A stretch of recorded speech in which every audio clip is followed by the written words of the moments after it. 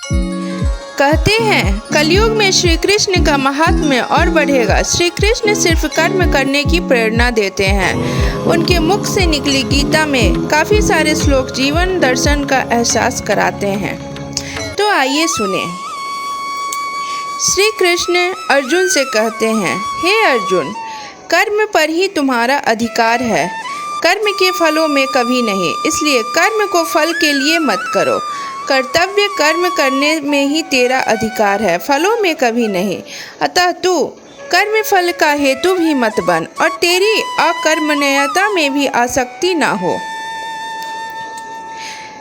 यदि तुम युद्ध में विजयी प्राप्त होते हो तो तुम्हें स्वर्ग मिलेगा, और यदि विजयी होते हो तो धरती का सुख पा जाओगे। इसलिए उठो हे अर्जुन और निश्चय करके युद्ध करो।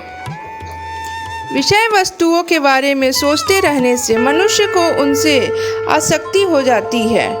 इससे उनमें कामना यानी इच्छा पैदा होती है और कामनाओं में विघ्न आने से क्रोध की उत्पत्ति होती है। इसलिए कोशिश करें कि विषयासक्ति से दूर रहते हुए कर्म में लीन रहा जाए। क्रोध से मनुष्य की मति बुद्धि मारी जाती है, यानी मूढ़ हो जाती है, कुंद हो जाती है। इसमें समृद्धि भ्रमित हो जाती है। समृद्धि भ्रम हो जाने से मनुष्य की बुद्धि नष्ट हो जाती है और बुद्धि का नाश हो जाने पर मनुष्य खुद अपना ही का नाश कर बैठता है। श्रेष्ठ पुरुष जो आचरण यानी जो काम करते हैं, दूसरे मनुष्य भी वैसा ही आचरण वैसा ही काम करते हैं। श्रेष्ठ पुरुष जो प्रमाण या उदाहरण प्रस्तुत करते हैं, समस्त मानव समुदाय उसी का अनुसरण करने लग जाते हैं।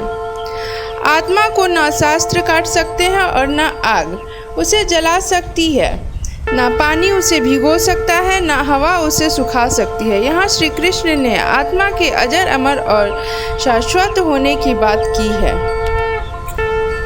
हे अर्जुन, जब जब धर्म की ग्लानि हानि यानी उसका क्षय होता है और अधर्म में वृद्धि होती है, तब तब मैं श्री कृष्ण धर्म के अभ्युत्थान के लिए स्वयं की रचना करता हूँ, अर्थात अवतार लेता हूँ।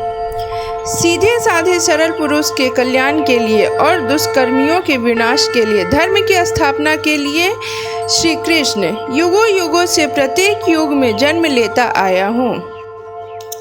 श्रद्धा रखने वाले मनुष्य, अपनी इंद्रियों पर संयम रखने वाले मनुष्य साधन परायण हो अपनी तत्परता से ज्ञान प्राप्त करते हैं। फिर ज्ञान मिल जाने पर जल्द ही परम शांति को प्राप्त करते हैं। श्री कृष्ण कहते हैं, हे अर्जुन, सभी धर्मों को त्याग कर अर्थात हर आश्रय को त्याग कर केवल मेरी शरण में आओ। मैं श्री कृष्ण तुम्हें अपने पापों से मुक्ति दिला दूंगा।